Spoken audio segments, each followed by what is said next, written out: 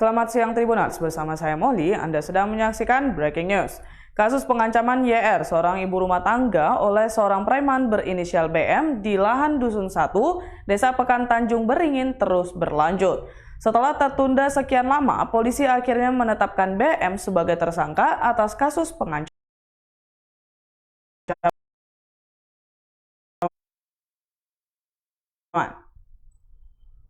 Hal itu disampaikan oleh Riyadi, kuasa hukum korban, melalui surat pemberitahuan perkembangan hasil penyelidikan atau SP2HP yang dikeluarkan oleh Polres Sergai yang diterbitkan pada 26 Mei 2022 lalu. Dugaan pengancaman yang dilakukan oleh BM sebelumnya terjadi pada Sabtu 16 Oktober 2021 lalu.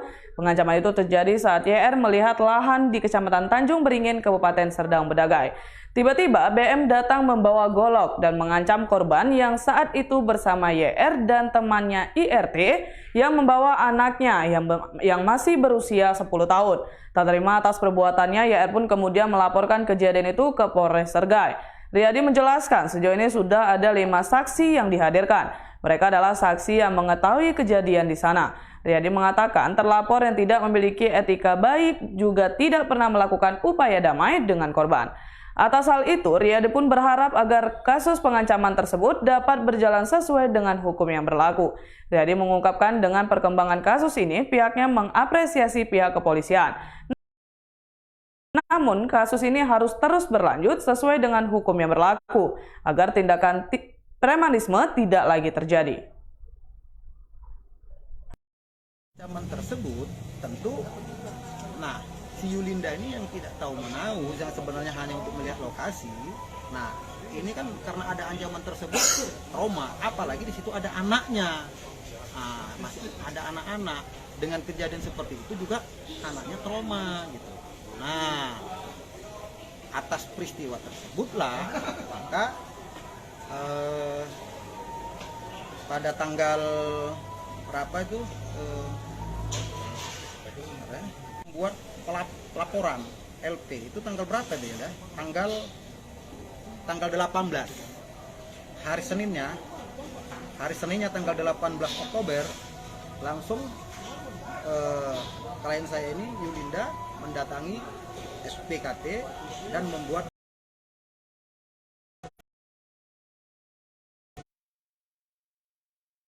laporan atas pengancaman yang dilakukan oleh Buyung Mais. Bukan Yulinda saja yang mau melapor, ada juga yang diancam, itu bernama Pak Ibo. Nah, Pak Ibo ini awalnya juga mau melaporkan, tetapi karena ada telepon dari menantunya, jangan membuat laporan.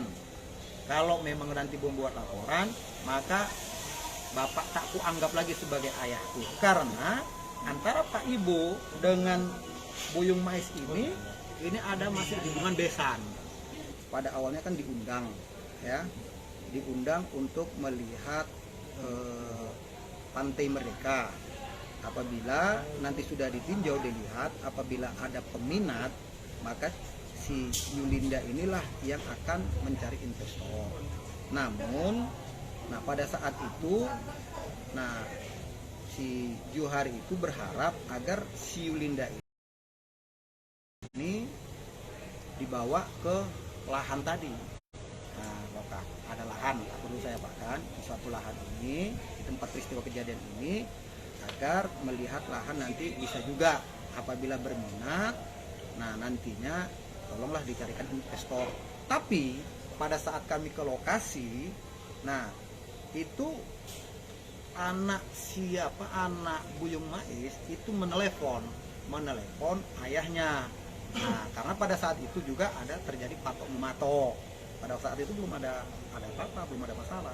Kemudian setelah begitu selesai, kami keluar. Pada saat kami keluar, tiba-tiba Buyung Mais ini dibonceng dengan mengendarai sepeda motor Revo, tiba-tiba menghentikan kendaraannya, yang pada saat itu pas di depan saya kira pada saat itu dia mau mengeluarkan surat.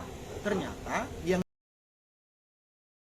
diambil dari jok kereta itu adalah golok yang masih bersarung warna coklat. Nah, pada saat itu diambil golok tadi, lalu diacungkanlah. Itu pas di depan saya, depan Yulinda, di depan Ismet Lubis, di depan suami Yulinda dan anak Yulinda. Jadi di situ ada anak-anak. Gitu. Nah, karena kita tidak mau menanggapinya, pada saat itu si Buyung Mai sempat menyampaikan bahwasanya ngapai kalian kemari. Nah, ini akan akan bersimbah darah ini kebuat kalau kalian macam-macam. Nah, begitulah. Sementara itu, Kasareskrim Polres Serdang Bedagai AKP Made Yoga Mahendra membenarkan hal tersebut. Yoga menyebutkan pihaknya akan memproses kasus pengancaman yang dilakukan BM secara profesional. Demikian breaking news kali ini. Nantikan terus informasi terbaru